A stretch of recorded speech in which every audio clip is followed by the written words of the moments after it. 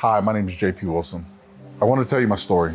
I think our story is important. In the Bible, it tells us that we overcome by the power of our testimony and the power of Jesus Christ. In my story, it starts way back when I was young. When I was 8 years old, I'd given my life to Christ. There was a church service, and my mom was standing next to me, and I was a pretty rambunctious kid. And so she would never let me go up. But that day, I felt God tugging on my heart. I felt God pulling, and I can still remember the day. I can still remember looking up at my mom, and I looked up at her, and I saw that she wasn't looking at me. So I ran down to the preacher, and I told him I wanted to be saved. And I accepted Christ that day at 8 years old. I was baptized a few months later. I grew up in a home where we went to church. I went home that day, and I told my dad, I said, "Hey, Dad, I accepted Christ." And my dad had never gone to church with us before. It was only my mom. And my dad looked at me and he said, "If it's this serious to you," he was like, "then I'll go too." Next Sunday, he got ready. Usually he got ready and watched us leave. That Sunday he got ready and he went to church. And he became a man of God like nobody else. He became a man of God that I wanted to be like. An amazing mentor, an amazing guy that just showed me God's love and showed me how to be a servant. And he was a servant, he never really had the limelight. He always was kind of in the back. I remember many times walking in the house and just seeing him in his word and learning and just being devoted to God. But he served behind the scenes, and it was really good just to watch him serve for all those years and never really want credit for it. So that was a really good just example of what a servant should be in Christ. In high school, I was all in. At 14 years old, I felt a call to ministry, and I wasn't really sure what that was. And I just ran from it. I didn't really run away from God, but I just didn't answer that call to ministry. I didn't know what God wanted on my life, but I just didn't know what I could give him as well. But I was highly active in church, and my freshman year in high school, I was set apart. I was the only white kid in an all-black school. I mean, I think there was 6 or 7 white kids that graduated with us. So I was already set apart by God. So God had set me apart early in life. I had great friends. Don't get me wrong. I had amazing friends and people that stood up for me. I started the Christian Coalition for Athletes in our school, a prayer group, and our football team. I was on fire for God, on fire. And I would be at a party, and I was so on fire for God that people would step in when somebody offered me a drink, or whenever somebody wanted me to smoke weed or anything. There was guys that stood up for me "Nah, JP's a Christian, he doesn't do those things." I look back now and that was just a crazy example of how I was living for Christ back then. So I left high school. I went on a football scholarship and played football for a year where I didn't fit in as well. Now growing up in an all-black neighborhood, an all-black school, I went to an all-white college, and I was again set apart. I look at all this time that God had set me apart, and he set me apart for a reason. So in high school, I was devoted. I even, I did all these things. But then I went to college and the same thing. I was devoted. I went to church on Sunday by myself. I was living for Christ. I was playing football, and but I wasn't ready for college. I wasn't ready. I didn't have the maturity for college. I didn't have the level that I needed of self-discipline. So I got in trouble. I had allowed the world to tempt me, and I did some bad things and I got kicked out. We won't go into those bad things. I got pulled in after what I did, and it was really bad. I could have got criminal charges pressed against me, but my dean sat across from me in the chair that night. It was super late at night, and she said, "Listen, there's something about you that I'm not going to ruin. There's something that God has for you that I'm not going to take away. So I'm going to academically suspend you from school, not press any charges, and just ask you never to come back." Which sounds bad, but it could have been a lot worse. But what she saw on me that night, that stuck with me. That sentence stuck with me for years. So I left. I didn't know what I was going to do. I came back to my hometown, and I was, supposed to be this big football player, and I was supposed to be this shining star for all these people, and I wasn't. I let everybody down. So I had a huge pity party for myself. Just back and forth, really didn't know what was going on. And I ended up homeless. My parents really didn't know how I fit into our family anymore, and I wasn't welcome there because I wasn't the man my dad had raised me to be. Yeah, so my dad sat me down one night and he's like, listen, he's like, you're not the man that I raised. And he opened the Bible up and he lays it down in front of me. And it's 1 Corinthians 13:11 is the verse. He said, and he read it to me. He says, when I was a child, I spoke as a child and understood as a child. When I became a man, I put childish things away. And my dad was like, you're not the man I raised. He was like, so you can't stay in my house. And so he asked me to leave that night. And I was confused and shocked, and I didn't know what was going on.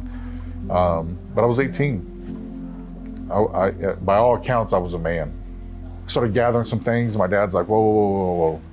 Those are my things. Those aren't your things. He said, you can take your things, which was a very small bag of things. And I got out. I left. I walked that night, and I didn't know where I was going. I ended up, went to my biological mom's house, who was a whole different source of problems. But I went there, and she told me she didn't want my problems, there, and I ended up homeless. I slept in a building, and for the next couple weeks, I ended up, out in the street. I ended up sleeping in buildings and parks, and everybody was telling me I'm not the man that used to be, and so I started believing that I'm just a failure. I'm just a college kickout or dropout or whatever. I'm just like I used to be. I'm just this guy. That plagued me.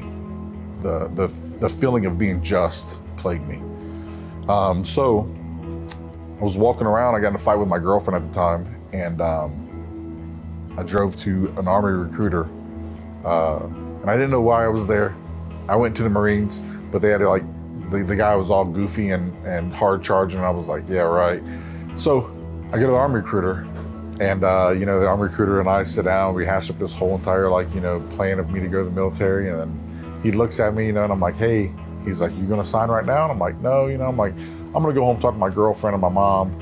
And he's like, give me that paperwork back. And he's like, I thought you'd be a man about this. And everybody was telling me to be a man, be a man, be a man, be a man.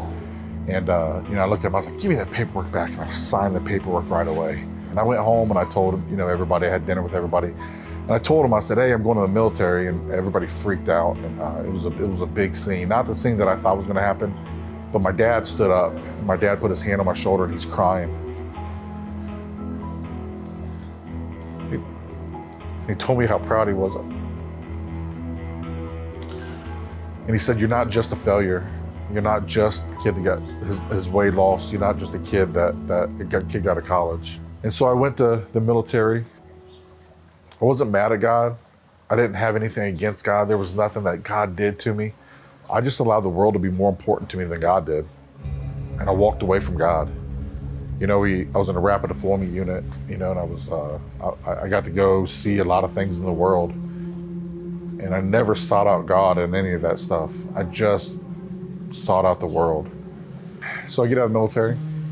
I go to see this girl in Texas, and I drive my car there. And, I'm there for a while, and her and I get in a huge argument.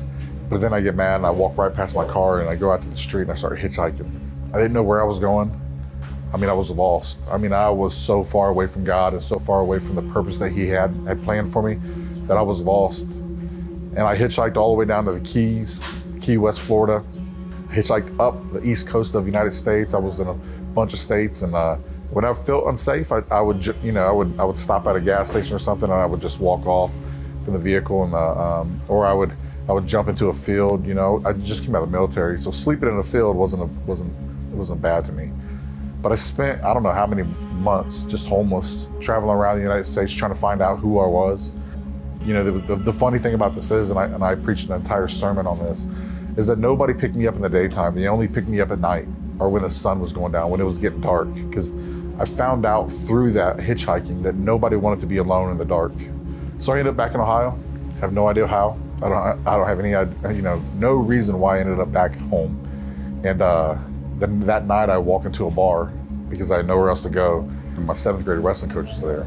And he offers me a job. And like now I'm walked away from God, I'm even further, and then I get a job that takes me even further and further from God. So everything in the world is pulling me away from where God had intentionally had put me. And I'm just letting it pull me away and pull me into this life God had not planned for me. You know, I start fighting a bunch, you know, and I love to fight. I had gotten in a bunch of different fights, and then you know, I continued to just go down that path. And then I got in a fight with a guy, and he was like, man, you should come train with us because of the way you handle yourself. And I started training in mixed martial arts, and I became really good at beating people up. I started fighting, you know, semi-pro, then or amateur, then professionally. And I had a fight that night, and this is where everything kind of turned around for me. I had a fight that night, and that night I met my wife. You know, I see my friend, and you know, I just was like, who is this? And she's like, oh, this is Sherry. You know, she introduces us and stuff like that. Sherry stands up, and this is pretty significant. Sherry stands up, and I have something on my face, and she wipes it off my face. And our friend was like, holy cow, like, you don't touch anybody, you know, but she touched me. So she wiped it off my face, and Sherry was like, you know, are you okay with that? I'm like, oh yeah, I'm okay with it. After the fight, I won the fight, and you know, I continue to just like nag at my friend, hey, where are you guys at? What are you guys doing? And seek after this girl, right? And so I eventually got a date with her. I was like, you know, I had bugged Virginia enough that I got a date with Sherry, and Sherry and I, you know, they wouldn't let me go out with her by myself, so we went out together as a group. We go out as a group, and like this woman's walking in, and it was just like, it was amazing, like just seeing her come through, because I knew that she was like the one for me. Like the moment I see her walk in, I know she's the one. So we had a pretty good date with everybody else. I mean, we sat at the table and talked about just with us. It was like nobody else was there, but I had a bunch of chaperones because I was a hooligan and she was a good girl. So we ended up going on a second date, and on that second date, I come to that second date, I'm late. I've got negative $300 in the bank. I'm almost out of gas. I mean, I was renting a room off my buddy. I didn't own anything of my own. I actually borrowed a pair of jeans to come to this date. You know, we go on the date, and I knew I couldn't afford to take her anywhere else because I got negative money in the bank. I don't have anything really going for me. And this girl shows up. She's got a professional job. She has a child from you know, when she was younger. She has a child. She has this responsibility. She owns a home. She owns a rental property. She owns her own car, like, and a nice car, not like my car, like a nice car. And so I look at this woman, and I'm like, dang, what do I have to offer? I got a mohawk at this time. You got to realize that, like, my hair's cut in a mohawk. It was not the best. We go on this date, and I convinced her to go to this sandwich shop because I knew that's the only thing I could afford. I had $22 in my pocket, and the meal was $16. So it left me with $6 in my pocket. So now I'm $300 in debt, negative in my bank account. I got a busted old car. I don't have anything really, but I have my $6 left, and that's it. So we go on this date, and we finish up, and then she's like, hey, you want to go to Cheesecake Factory? You know, and I'm like, yeah, I'll go to Cheesecake Factory. Knowing a piece of cheesecake costs $11 a piece, I went in with her. So I'm sitting there thinking, I'm like, how am I going to pay for this? How are we going to do this? And she's like, let me pay for this because you paid for dinner. I'm like, no, I got it. I got this, you know, with all my pride, knowing I didn't have anything, you know, knowing that we're going to dine and dash or something. And she paid for it, you know, and I even like pulled the bill. No, I got it. And she took it back, and, you know, she paid it, and I was like, whew. So we leave, we go to her house, and we sit around and talk for a while. And we get up, and I'm leaving, and I knew that I like was into this girl. So I'm standing in front of this girl, and she's 5'2", and she looks up at me, and she's like, I won't sacrifice any time with my God, or I won't sacrifice any time with my child.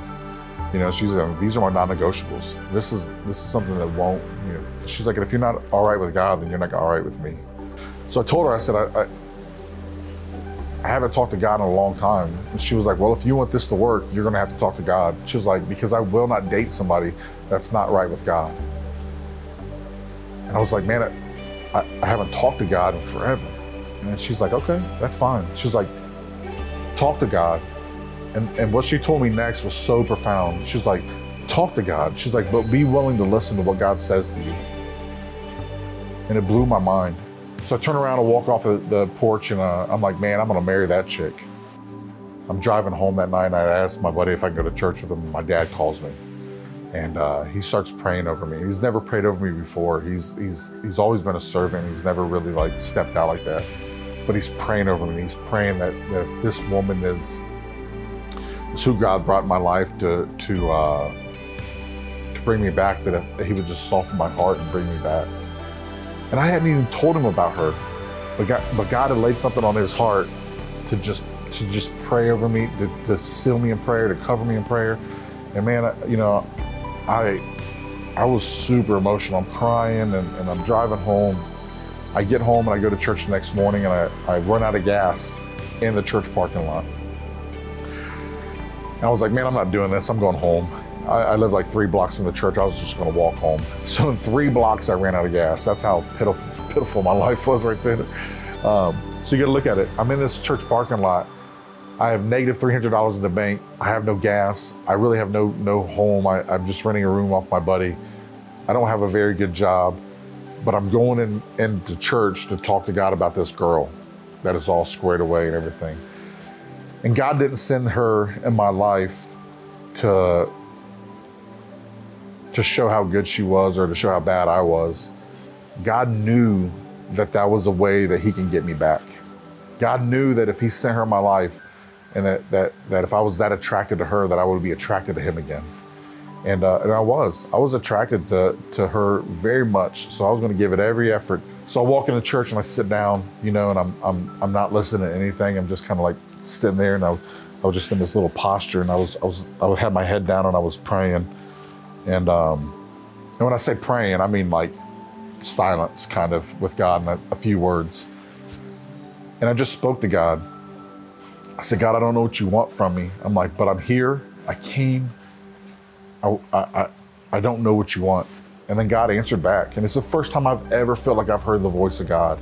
And God said, I want your $6. And I'm confused. I'm like, no, that's all I have. And I came for this girl. Can we just talk about that? And again, I felt like I heard a voice of God that was kind of like, you do this or else I'll move on. And in that, God said, I want your $6.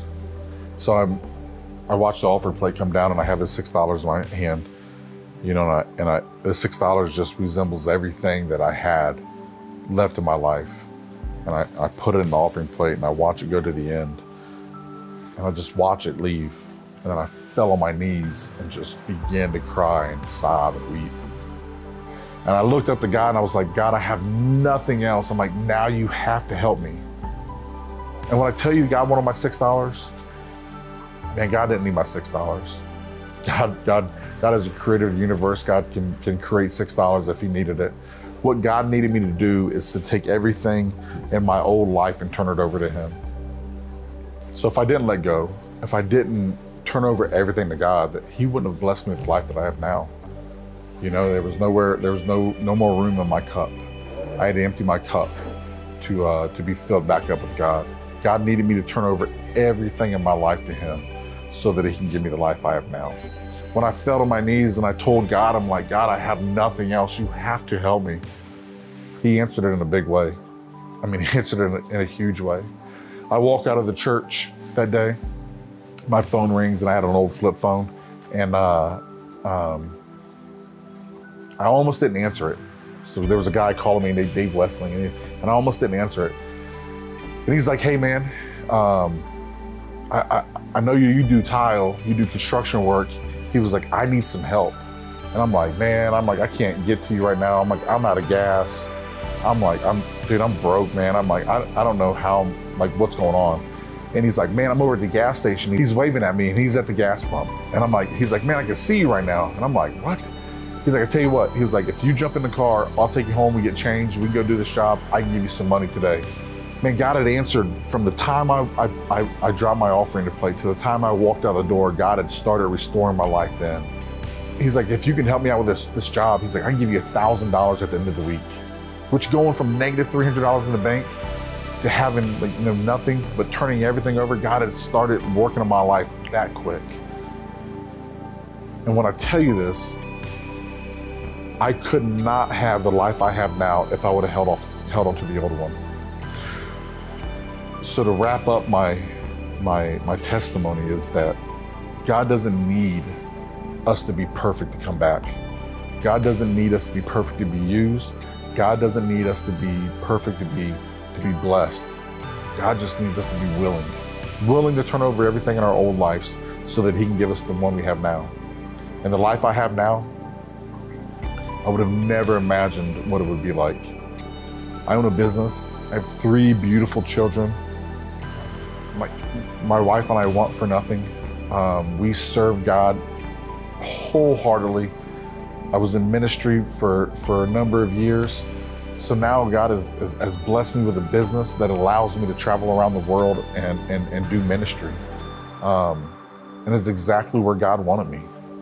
But if I wouldn't have turned over everything in my old life, if I would have been selfish with God, if I would have held on to that, if I would have held on to that $6, this would have never happened. So I'm not just a failure. I'm not just what society says I am. I'm not just a kid from the streets, and I'm not a homeless person. I'm a child of God. I'm obedient, and I'm willing to do whatever God wants me to do.